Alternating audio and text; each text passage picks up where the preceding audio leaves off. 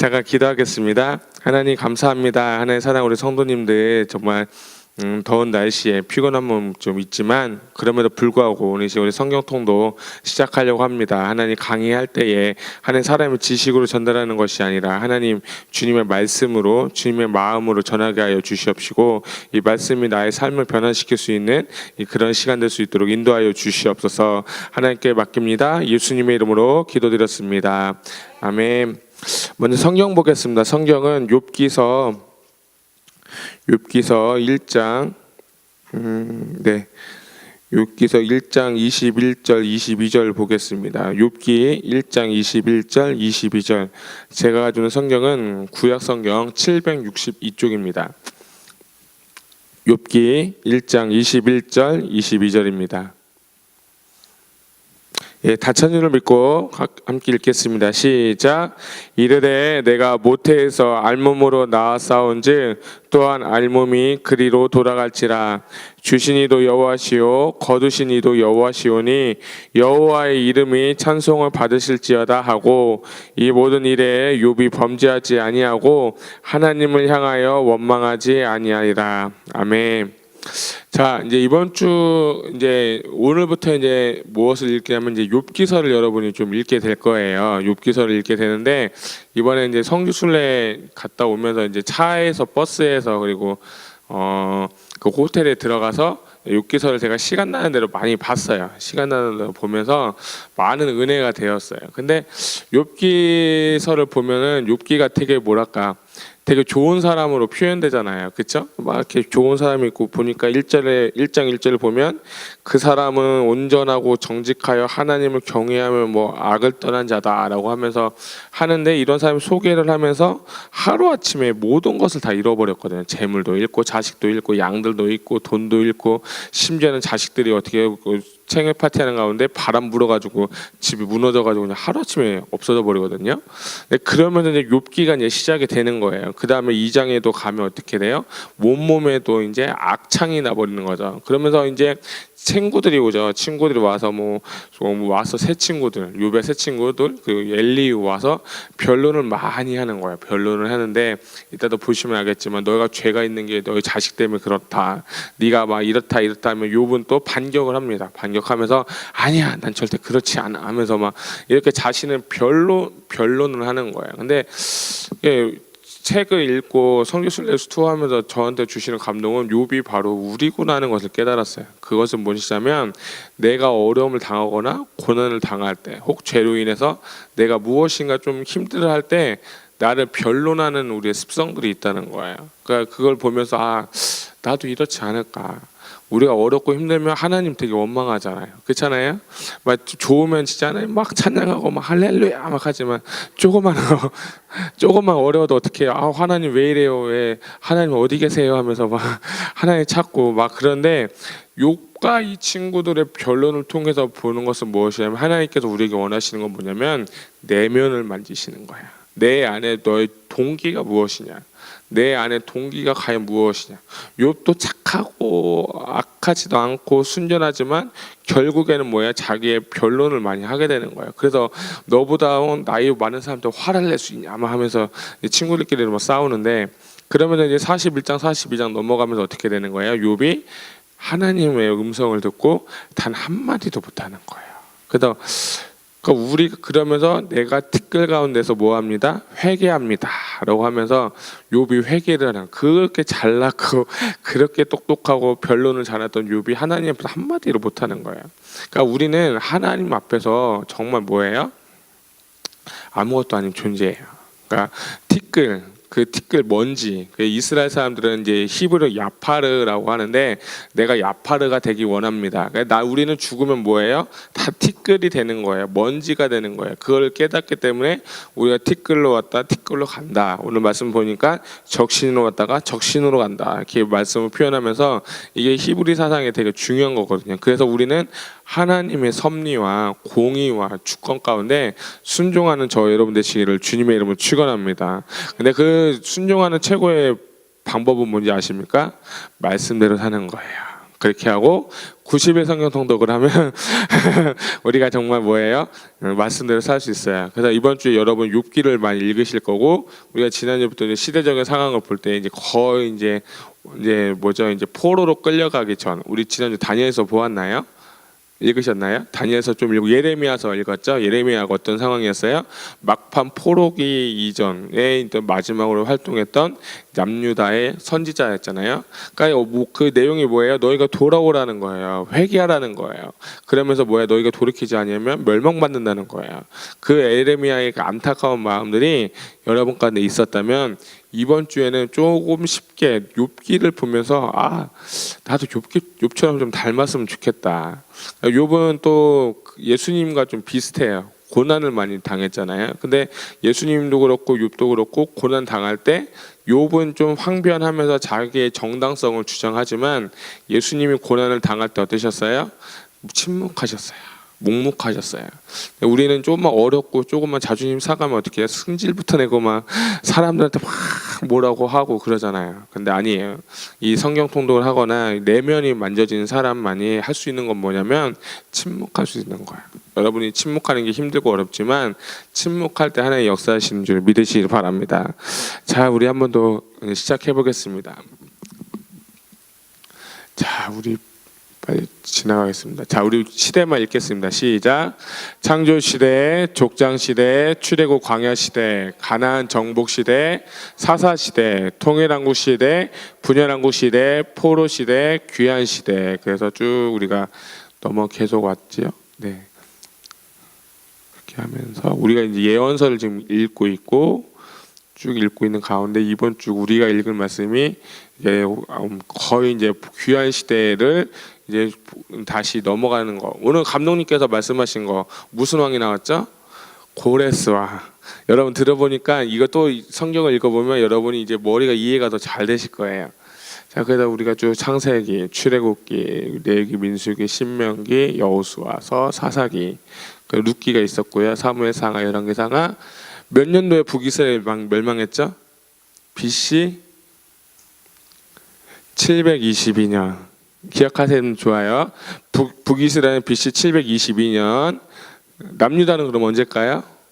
586년.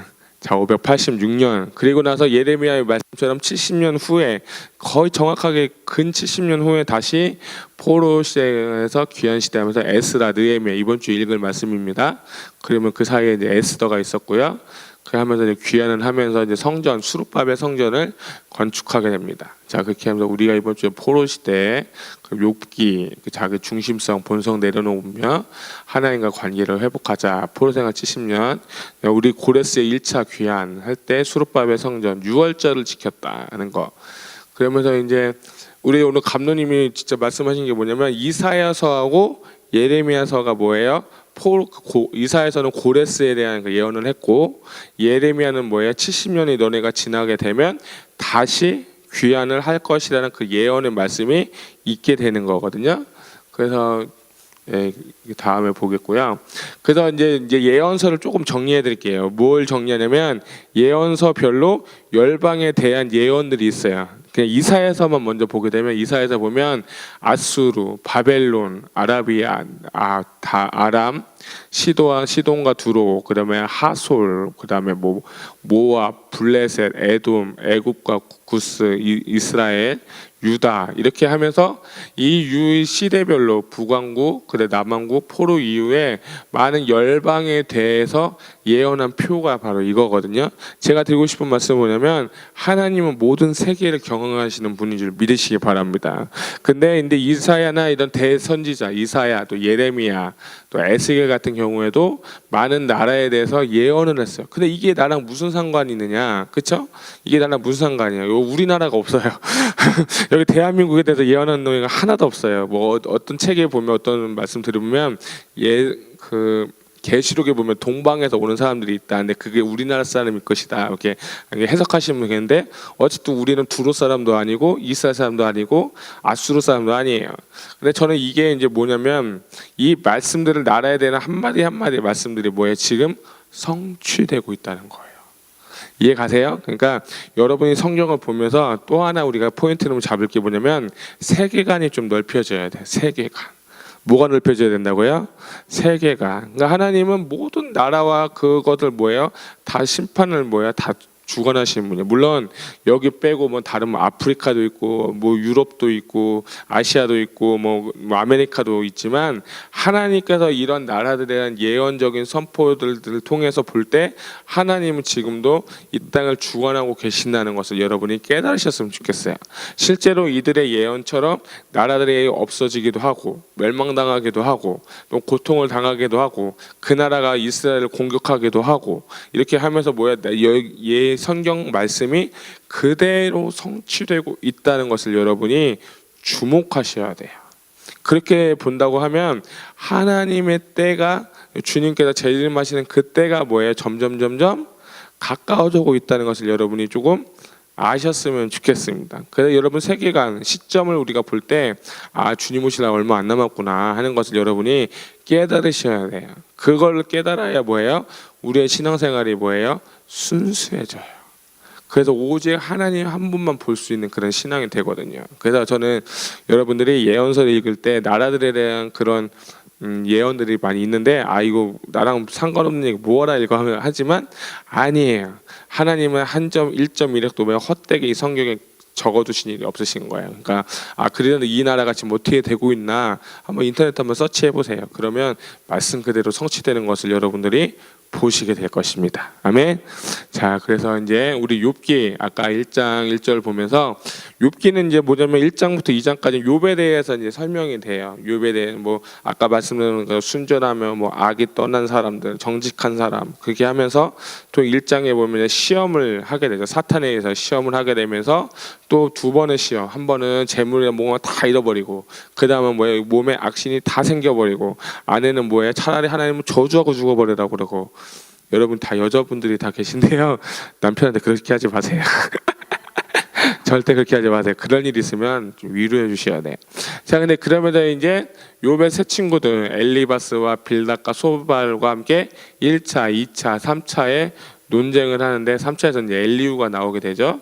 그 다음에 하나님을 개입하게 되고 그 다음에 이제 하나님과 대화를 통해서 이제 욥이 회개하면서 역경이 끝나면 회복되면서 욥에 이제 다시 한번 하나님께 주시는 큰 축복을 뭐예요? 누리는 게 뭐냐면 욥기서예요. 그래서 저는 어렸을 때는 목사님들 이렇게 설교 들을 때 욥을 항상 보면 처음과 결론을 많이 얘기해 주세요.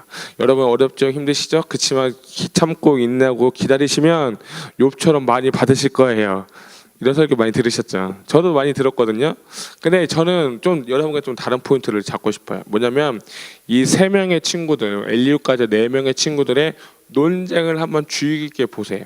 논쟁들. 일단 왜냐면 자 다시 보면 우스 땅이 어디냐? 우스 사람이라고 하잖아요. 욥이 우스니까 쭉 올라가서 이 북쪽에 이제 우스라는 나라가 있는 건데 여기가 아닐까 해서 뭐 욥의 우물, 욥의 무덤 뭐 이렇게 하면서 그 당시에 이제 욥을 상징했던 것이고 또 하나는 그 우리가 아브라함 시대부터 해서 요새까지는 무슨 시대라고 하죠?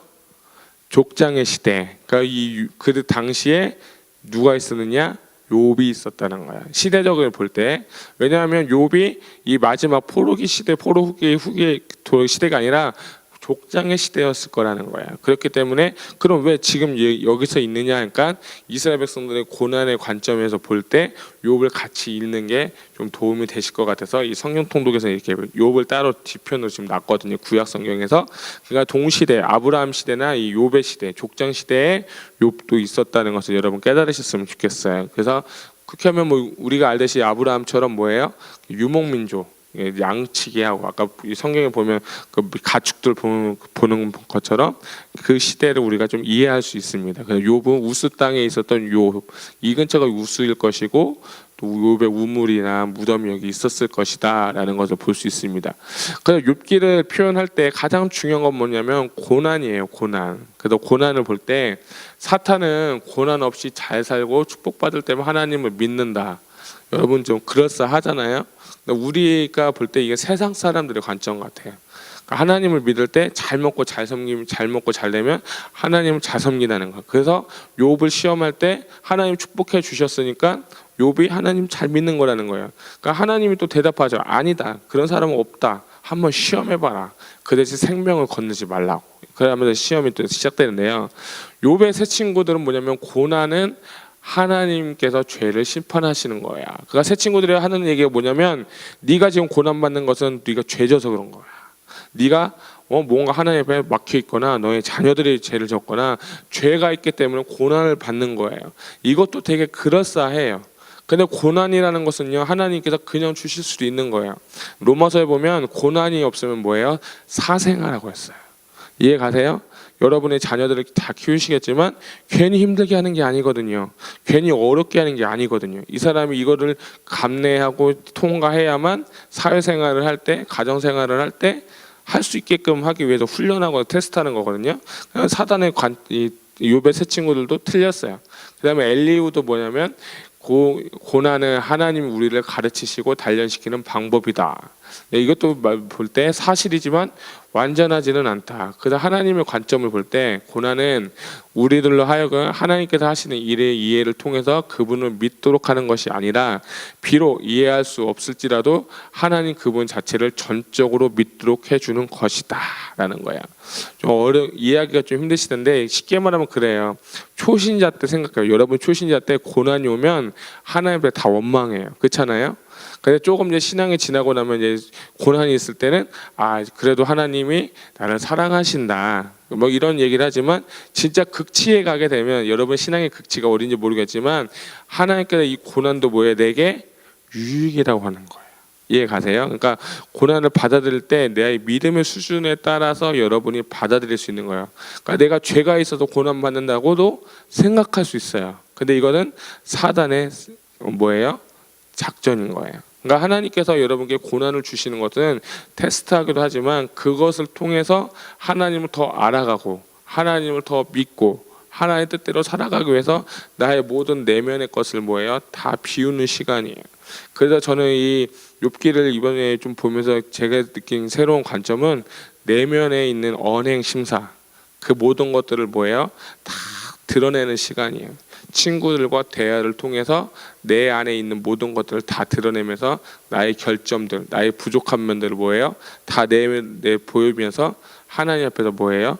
훈련받는 시간이에요. 그래서 여러분이 성경 통독을 하고 신앙생활함에 있어서 여러분이 주님을 닮아가기 위해서 내 속에 있는 못된 것들을 뭐예요? 다 뽑아내셔야 되는 거예요. 그렇게 하고 내가 하나님을 뭐예요? 닮아가고, 이해할 수 없을지라도, 저기 보니까 이해할 수 없을지라도 하나님 그분 자체를 뭐예요? 진실하게 믿는 거예요. 그래서 우리가 하박국 선지서 읽었잖아요. 오직 의인은 뭐예요? 믿음으로 산다는 거예요. 아무것도 없을지라도, 아무것도 나에게 정말 없을지라도 난 여호와 한 분만으로 기뻐하리라. 할렐루야. 여러분이 우리 이런 신앙이 되기를 주님으로 축원합니다. 만약 내 자식이 학교를 잘 안 들어가고 사업도 실패하고 내가 재정도 없고 건강하지 않을지라도, 그럼에도 불구하고 넌 나를 찾을 수 있겠니? 그럼에도 불구하고 넌 나를 뭐예요? 섬길 수 있고 날 사랑할 수 있냐고 하나님께서 여러분 각 사람한테 물어볼 때, 저한테도 물어볼 때 여러분의 대답은 뭐예요? 아멘. 그럼에도 불구하고 나는 주님을 찬양합니다. 주님을 따르겠습니다. 주님을 사랑합니다. 이렇게 하셔야 되는데 이렇게 하셔야 되는데 잘 안 되죠. 그래서 우리가 주님을 더 의지해야 되고 은혜를 구해야 되는 거예요. 자, 그래서 아까 1차, 2차, 3차 논쟁을 얘기했는데 이렇게 보시면 되는데요. 엘리바스는 죄 없이 망한 자가 없다. 하나님께 징계받는 자는 복이 있다 하면서 나를 불쌍히 여기라. 나는 살기 원치 않는다. 그러니까 욥의 그 3장 4장에 보면 욥이 자신의 생일에 대해서 저주해요. 차라리 나지 않았으면, 차라리 낙태되었으면 내가 왜 이런 고통 당하냐 하면서 이런 얘기가 나오거든요. 그럼 그렇게 또 하면서 빌닷이 와서 자녀들 때문에 자녀들 죽은 것은 죄 때문이다. 그래서 하나님은 순전한 자라 악한 자 다 멸망시킨다. 또 소발이 와서 이렇게 얘기해. 죄를 버리면 고난이 끝날 건데 너희는 잠잠하라. 이제 너희들 말 듣기 싫다 하면서 욥의 친구들 이렇게 조언을 듣는 게 아니라 잠잠하라고 하죠. 그러면 또 두 번째 엘리바스가 나와서 교만한 대로 환난 당한다면 나는 소망이 없다. 너희는 나를 번뇌케 한다. 이렇게 쭉 하면서 이렇게 또 논쟁을 하기 시작하죠. 뭐 그 다음에 마지막에 보면 내 악이 크다. 내가 하나님께 돌아가면 다시 흥한다. 뭐 한 나의 가는 길을 오직 그가 아신다. 나의 가는 길 오직 그가 아시나니 그가 나를 단련시킨 후에 내가 정금같이 나오리라 하는 말씀이 이 한 구절 말씀 되게 좋지만 어떤 상황에서 컨텍스트에 나와 배경이 어떤 것인가에 따라 되게 다른 거예요. 이 욥의 고백은 진짜 신수하게 고백한 것이 아니라 그 뉘앙스가 있어요. 이 무슨 말씀인지 알아서 나 그래도 하나님은 살려주실 거야. 그냥 완전하게 믿는 게 아니라 그냥 푸념하는 듯이 하는 그 뉘앙스로 한 게 바로 이 고백이거든요.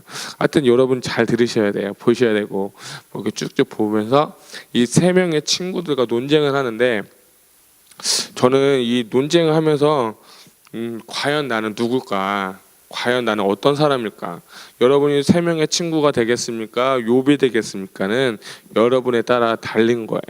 이 세 명의 친구가 이 욥을 위로하거나 되게 이렇게 도와주기보다는 약간 정죄했죠. 뉘앙스를 보면 정죄했지. 니네 자녀들 때문에 그런 거다. 니네 자녀들이 죽은 건 죄지어서 그런 거다.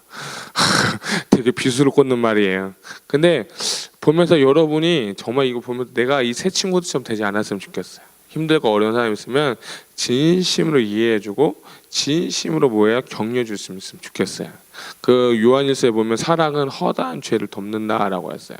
사랑하면 그 사람을 이해하게 되고 그 사람을 어려움을 도와줄 수가 있어요. 저는 그게 정말 이 욥의 세 친구들 보면서 느끼는 저는 경험이었거든요. 그래서 저도 때로는 요 어려운 친구들한테 그냥 툭툭 하는 얘기가 정말 그 위로가 그냥 하는 위로예요. 그냥 마음을 담아서 하는 위로가 아니라 그냥 형식적이고 습관적이고 그냥 그런 위로 아시죠? 그런 게 우리의 모습이거든요. 근데 하나님은 그걸 되게 싫어하시는 거예요. 그래서 여러분 좀 잘 아셨으면 좋겠습니다. 그래서 엘리후를 보면 사람보다 크신 하나님은 자신이 하는 일을 다 말씀하시지 않는다. 되게 좀 똑똑한 얘기를 많이 하죠. 하나님이 고난을 주시는 것은 그 영혼을 구속에서 끌어내서 돌이키고 생명의 빛으로 나아가게 하기 위함이다. 하나님은 불행을 행치 않으시며 사람의 일에 따라 보응하신다. 그 다음에 하나님은 악인을 징계하시고 의인과 고난받는 자를 도우신다. 그 다음에 마지막 하나님 환난을 통해 허물과 교만한 행위를 알게 하시고 교훈을 듣게 하셔서 죄악에서부터 돌아오게 하신다. 그러니까 새 친구들하고 엘리후는 약간 관점이 달라요. 좀 뭔가 그럴싸하고 무엇인가 되게 좀 이렇게 신앙적인 말을 하는 것 같지만 그럼에도 불구하고 그 안에는 뭐가 없냐? 사랑이 없는 거예요. 욥을 향한 그 진실한 대학에는 마음이 부족한 거예요. 그래서 이제 욥을 통해서 이제 욥이 이제 계속 이제 변명을 하고 하나님과 만나서 질문을 합니다. 그래서 우리가 한번 찾아보길 원하는데요. 욥기서 38장 한번 가보도록 하겠습니다.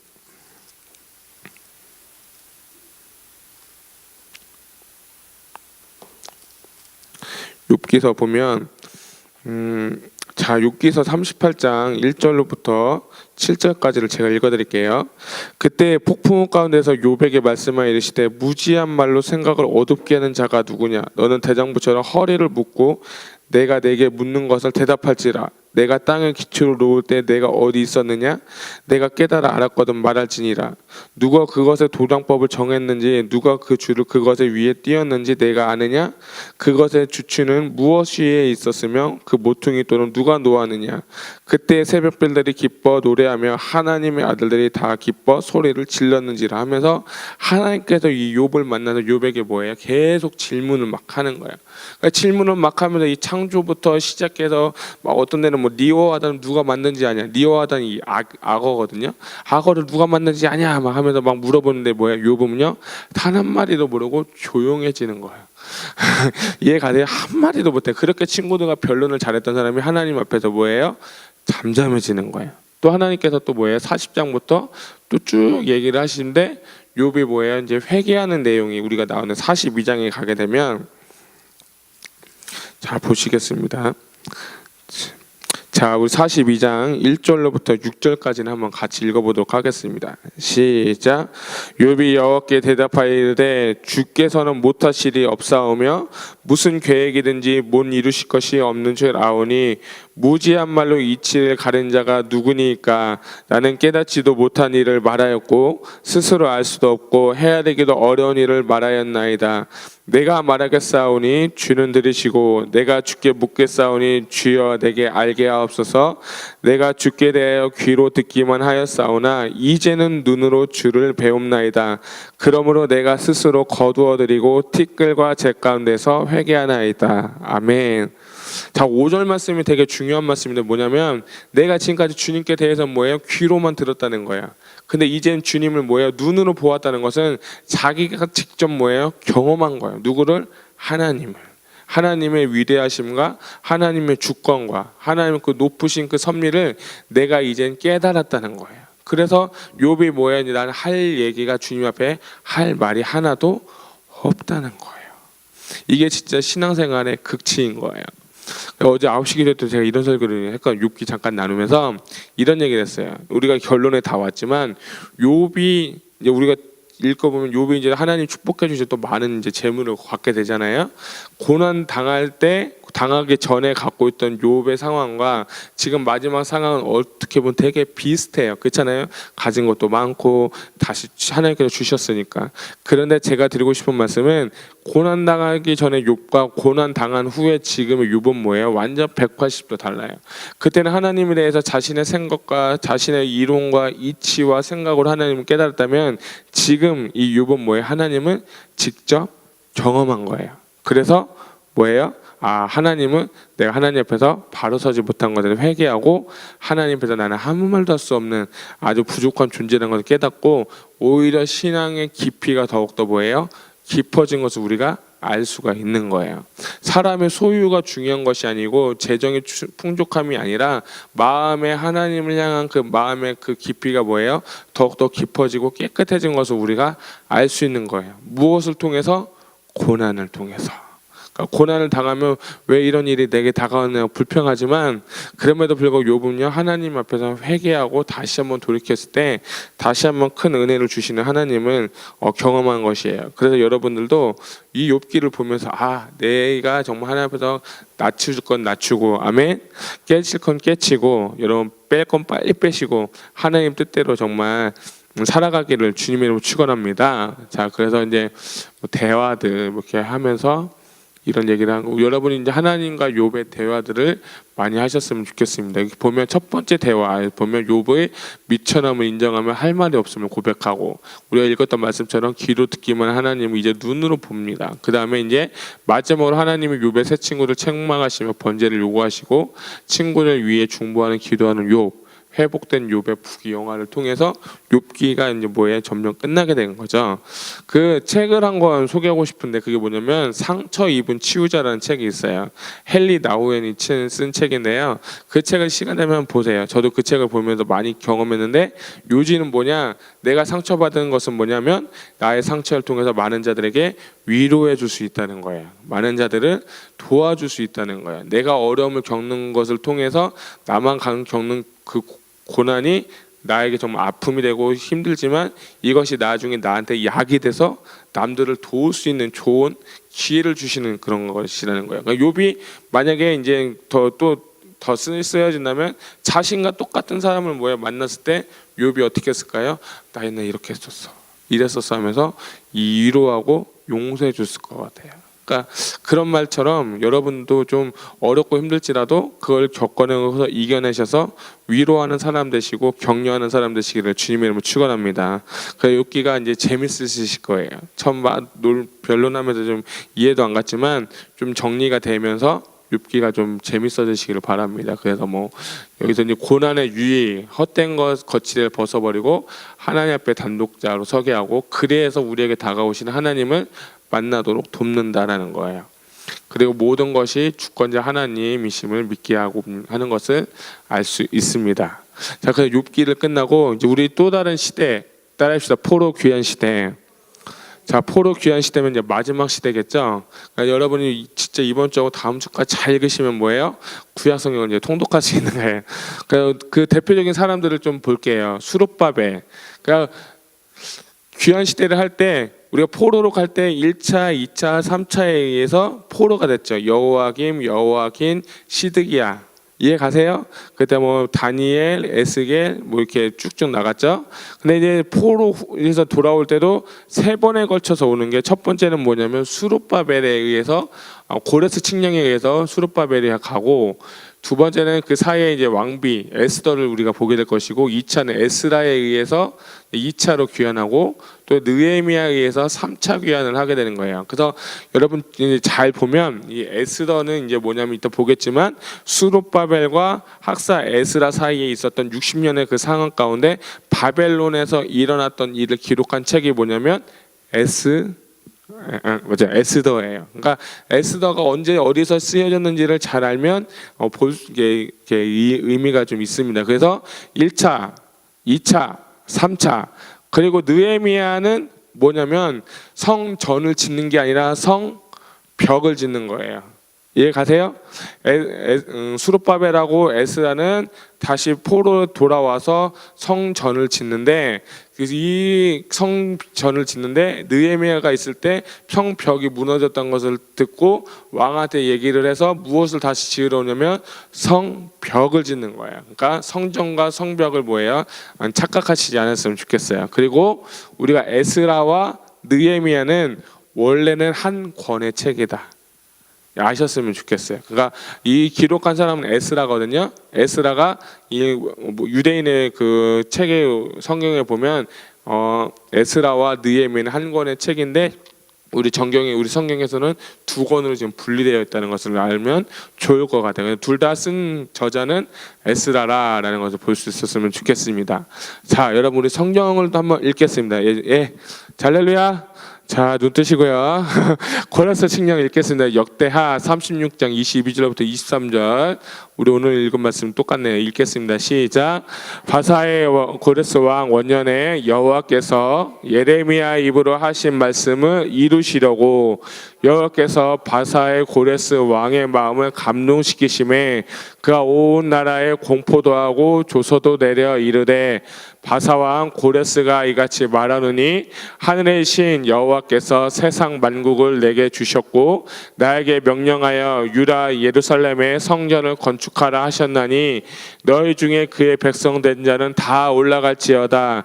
너희 하나님 여호와께서 함께 하시기를 원하노라 하였다라. 아멘. 자, 그 다음에 이제 우리 이사야가 150년 전에 예언한 것을 한번 읽겠습니다. 시작.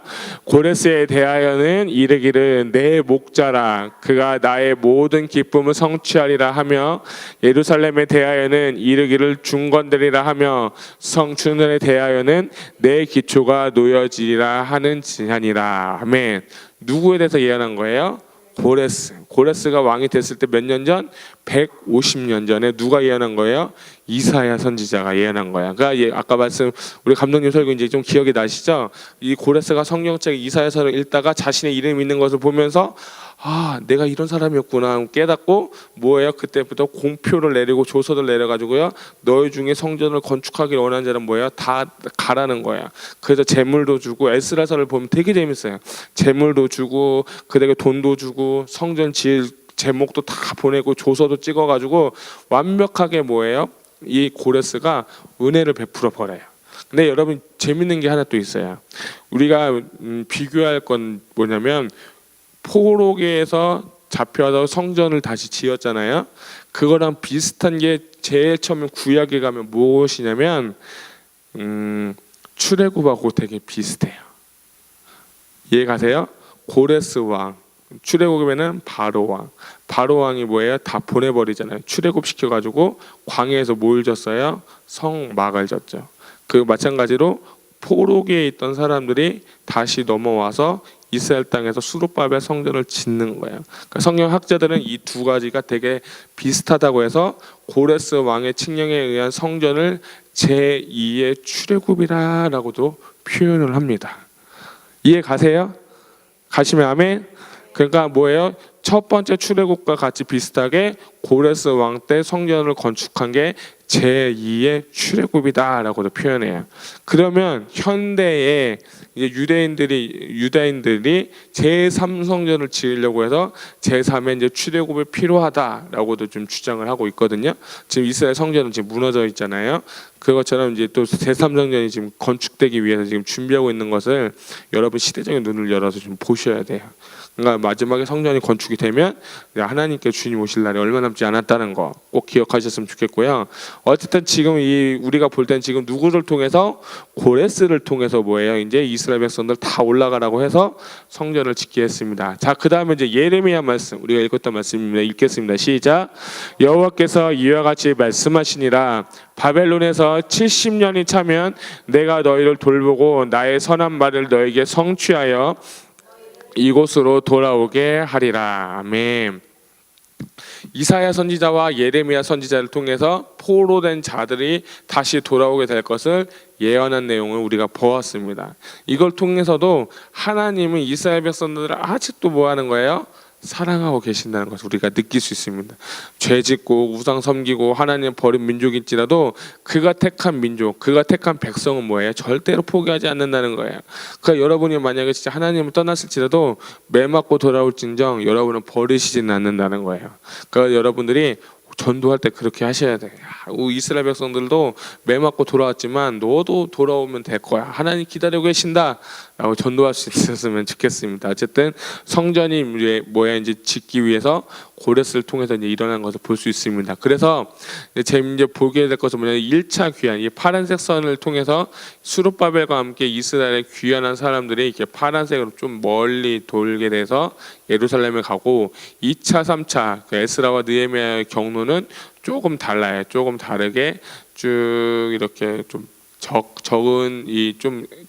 적은 거리로 오는 것을 볼 수 있습니다. 그래서 여러분이 이게 다시 올 때 어떻게 왔구나 하는 것을 여러분이 좀 보시면 좋겠습니다. 자, 그 다음에 이제 에스라, 우리 에스라 한번 펴보겠습니다. 에스라.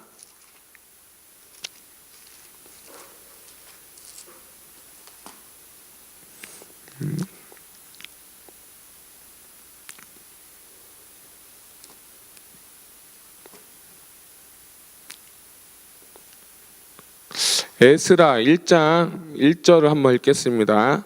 1장 1절 시작. 바사왕 고레스 원년에 여호와께서 예레미야의 입을 통하여 하신 말씀을 이루게 하시려고 바사왕 고레스의 마음을 감동시키심에 그가 온 나라에 공포도 하고 조소도 내려 이르되. 아멘. 그러니까 위에 보면 역대하, 우리 아까 읽었던 역대하 36장 22절과 23절 말씀하고 엄청나게 유사성이 많아요. 그러니까 이 에스라가 이 역대하를 이렇게 동일하게 지었다고 하는데 그걸 빗대서 에스라 1장에서 1절부터 다시 시작을 하게 됩니다. 그래서 에스라 구조를 말씀드리면 에스라 1장부터 수룹바벨 1차 귀환할 때 누가 데려갔어요? 수룹바벨이 데리고 왔잖아요. 그래서 1차에는 수룹바벨이 데리고 왔는데 1장부터 6장까지는 수룹바벨이고 7장부터 10장 사이에 정말 중요한 게 뭐냐면 성전이 지어지고 이 60년 사이가 흐른 후에 다시 에스라에 의해서 이제 2차로 다시 돌아오게 됩니다. 그러니까 중요한 건 1장부터 6장 그리고 7장부터 10장 사이에 60년이라는 세월이 있다는 것을 여러분이 꼭 기억하시고 그 사이에 쓰여졌던 책이 무엇이냐? 바로 에스더다. 에스더서. 그러니까 잘 보세요. 에스라 1장부터 6장 7장부터 10장 사이에 에스더서가 쓰여졌다는 것을 여러분 아셔야 돼요. 6장부터 7장까지의 시간은 몇 년이다? 60년이 걸렸다라는 것을 아시면 엄청난 시간이 걸렸다는 것을 여러분이 아셔야 돼요. 그래서 에스라 쭉 보면서 성전 건축하고 그 다음에 7장부터 이제 누가 나오냐? 이제 수룹바벨이 끝나고 이제 에스라가 나와서 이제 성전 건축을 다시 또 시작하게 되는 거야. 그러니까 여러분이 에스라를 한번 읽어보시면 알겠지만 에스라 시대에 막 이 사람들이 와서 처음 건축을 했을 때 자신의 집을 짓고 성전을 건축할 때 뭐가 있었냐면 방해가 되게 많았어요. 방해가 많아서 뭐예요? 성전을 건축하는데 건축할 수 없어서 이 사람들이 중단을 했어요. 중단했을 때 하나님께서 누구를 보내시냐? 학개와 말라기의 선지자를 보내서 너희가 성전을 지어야 된다. 또 스가랴 선지자를 보면서 환상을 통해서 성전에 대한 그런 소망을 주고 비전을 주시고, 또 말라기를 통해서도 성전을 지으면서 이렇게 구약 시대가 이렇게 끝나게 되는 거거든요. 그래서 그 당시에 이제 같이 사역했던 학개, 말라기, 스가랴 선지자들의 주된 공동점이 뭐겠어요? 성전 건축을 해야 된다라고 하는 것을 여러분이 깨달으셨으면 좋겠어요. 그래서 1장부터 6장, 7장부터 10장까지인데 바벨론 포로 때부터 잡힐 때가 약 67년이지만 70년 때 돌아오게 되고요. 그 다음에 1차 6장과 이 7장 사이에는 60년 동안 있었다는 것을 여러분 아셨으면 좋겠고요. 쭉 공사 1장부터 10장까지의 모든 그 귀환 때까지는 약 80년 동안. 그 다음에 이제 에스라 다시 후반기, 그 다음에 느헤미야서가 있고, 그 당시 같이 사역했던 초기에는 학개의 스가랴, 그리고 마지막에는 느헤미야서 때 말라기 선지자가 사역했다는 것을 여러분 선지서와 역사서를 같이 보게 되면 여러분이 좋은 거예요. 그러니까 지금의 포로 귀환해서 가장 중요한 게 뭐예요? 성전을 건축하는 거예요. 에스라의 또 마지막 7장부터 10장까지는 뭐냐면 너희가 성결하라는 거예요. 제사장들이 와가지고 에스라가 보니까 뭐예요? 이방 여인들하고 결혼해가지고요 아기를 낳고 아주 안 좋은 짓을 한 거예요. 그래서 마지막 우리가 에스라 후반부를 보게 되면 너희가 회개하고 다시 돌이키라는 거예요. 이것이 학사 에스라의 마지막 외침이었어요. 그래서 여러분들이 포로기한 시대에 가장 중요한 건 뭐냐면 성전 건축과 다시 한번 그들의 경건 생활의 회복이었다라는 것을 볼 수 있으면 좋겠습니다. 그래서 고레스를 세우신 목적은 이스라엘 구속과 예루살렘 재건을 위해서 세우셨다라는 것을 볼 수 있으면 좋겠습니다. 그 다음에 다시 한번 보게 되면 잘 보면 1차 포로 수룹바벨, 2차 포로 에스라, 3차 포로 느헤미야. 그 당시에 바사 왕은 누구냐? 고레스 아다사스 왕 1세라고 해서 보면 되고요. 또 볼 것은 뭐냐면 1차 포로 때는 약 5만 명의 사람이 돌아와서 그 당시에 약 한 300만 명이 포로로 가 있었다라고도 추정이 되어 있는데 우리가 출애굽해서 300만 정도가 갔는데 그때 돌아온 사람은 약 5만 명이었다. 아주 극소수가 왔다고 하고, 그 다음에 2000세대, 그리고 일단 적은 그룹. 그러니까 그 당 이거를 보면서도 느낄 수 있는 게 무엇이냐면 많은 이스라엘 백성들이 다 돌아온 게 아니라 극소수만, 그리고 그 당시 유다 지파, 베냐민 지파, 레위 지파만 거의 돌아오게 되었고, 성경에 보면 북이스라엘 지파는 죄송합니다. 북이스라엘의 그 지파에 있는 사람은 거기 물론 남아 있었다라는 것이 학자들의 견해예요. 그래서 이 사람들이 와가지고 에스라를 보게 되면 예배 드릴 사람이 없는 거예요. 그러니까 예배를 집행할 사람이 부족한 거예요. 그래서 그 위에는 다른 사람들, 옛날에 그 여호수아를 읽을 때 그 변장해가지고 왜 화침 맺은 기브온 족속 아세요? 기억나시죠? 그 사람들이 성전에서 일을 하게 됐잖아요. 근데 이때 다시 포로 때 돌아와서 그 사람들과 같이 예배를 드리게 되고, 그 사람들 중에 예배 드리는 인물들을 이렇게 하게 돼요. 그러니까 그것도 역사와 좀 성경 맞춰서 보게 되면 그 사람들은 왜 그렇게 되었는지 그 기원을 우리가 보면 좀 이해하기가 쉽게 될 거예요. 그래서 에스라 시대에 그런 일이 있었다라는 걸 볼 수 있었으면 좋겠습니다. 아까 말씀드린 것처럼 이때는 성전 건축과 초막절 그리고 에스라의 종교개혁, 이방인 아내와의 이혼을 하라, 결단하라라고 한 것이 마지막 에스라 결론 부분이고요. 느헤미야는 우리가 아까 말씀드린 것처럼 에스라와 느헤미야 원래 한 권의 책이었는데 느헤미야가 이제 예루살렘 성벽 건축 중건을 허락받고 예루살렘 성벽 중건 시 건축제를 지원, 적은 그룹 성벽을 중건했고, 그 다음에 에스라 시대처럼 율법을 교육했다, 말씀을 교육했다. 그러니까 우리가 역대상을 우리가 보았을 때 역대상 1장부터 나오는 게 뭐예요? 그 다음 제일 먼저 나오는 게 족보. 기억나세요? 왜 족보부터 얘기를 했을까요? 그 귀환해 온 사람들의 정통성과 역사성을 가르치기 위해서 족보를 넣은 거예요. 그리고 하나님의 말씀을 에스라가 뭐예요? 가르치게 된 거예요. 완전하게 이방 사람이었고 정말 다른 시대에 살았던 사람들에게 하나님의 법도를 가르친 거예요. 마치 이 모세가 신명기를 쓴 것처럼 에스라가 이 역대상하를 쓰고 한 것처럼 말씀 교육에 집중하였다라는 것을 볼 수가 있습니다. 자, 여기서 이제 제가 좀 간증을 하겠습니다. 그 마틴 루터 제가 종교개혁자 옛날에 카톡방에 제가 방 찍은 사진 보여준 거 혹시 기억나세요? 지지난주에 제가 보여드렸는데 그게 뭐냐면 마틴 루터가 이제 종교개혁을 막 하다가 이제 그 황제한테 이제 재판을 받았어요. 종교 재판을 받아서 너는 안 된다고 해서 도망가는데 그 당시에 있는 기사와 수도단이 루터를 납치해 버렸어요. 이게 모포를 씌워가지고 그래서 그 바르트브루트라는 그 성에 집어넣어서 망명생활과 유배생활을 했는데 그 사람들이 그 루터를 망하게 하고 어렵게 하려고 하는 것이 아니라 루터를 도왔어요. 그래서 그 방에서 무엇을 하냐면 성경 번역을 했어요. 그 당시에 이제 종교개혁 때 가장 중요한 게 뭐냐면 인쇄술의 발달이거든요. 아시죠? 역사 시대 세계사 시간 배우셨을 거예요. 그래서 인쇄술이 구텐베르크 맞나요? 하이델베르크 맞죠? 그때면서 이 인쇄술이 발달하면서 마틴 루터가 설교를 쓰고 성경을 번역을 해서 그걸 통해서 많은 사람들에게 뭐예요? 말씀을 막 전파했어요. 전 그 방이 딱 보고 오는 순간 이거다라고 했어요. 우리 성도들이 성령 통독하는데 이 골방에서 이렇게 해야 된다. 마틴 루터가 그 죽을 때까지 거의 거기다 살았는데 가이드 하는 얘기가 뭐냐면 너무 스트레스 받아 변비도 걸렸고 저는 안 걸려도 모르겠어요. 변비도 걸렸고 엄청나게 힘들었다고 해요. 유배 생활을 하고 그리고 또 하나는 마틴 루터가 원래 대머리였거든요. 그래서 이 변장을 했어요. 머리에 이렇게 파마 같은 걸 해가지고 변장을 해서 거기 살았대요. 잡히면 죽으니까. 제가 그 삶을 보면서 야 진짜 말씀을 지킨다는 것이 말씀대로 살아간다는 것이 바로 이런 것이구나 하는 것을 제가 깨달았어요. 그래서 골방에서 하나님 말씀과 씨름하는 그 마틴 루터, 고뇌하는 그 마틴 루터를 보면서 여러분이 생각이 들어요. 여러분 얼마나 고뇌하고 계십니까?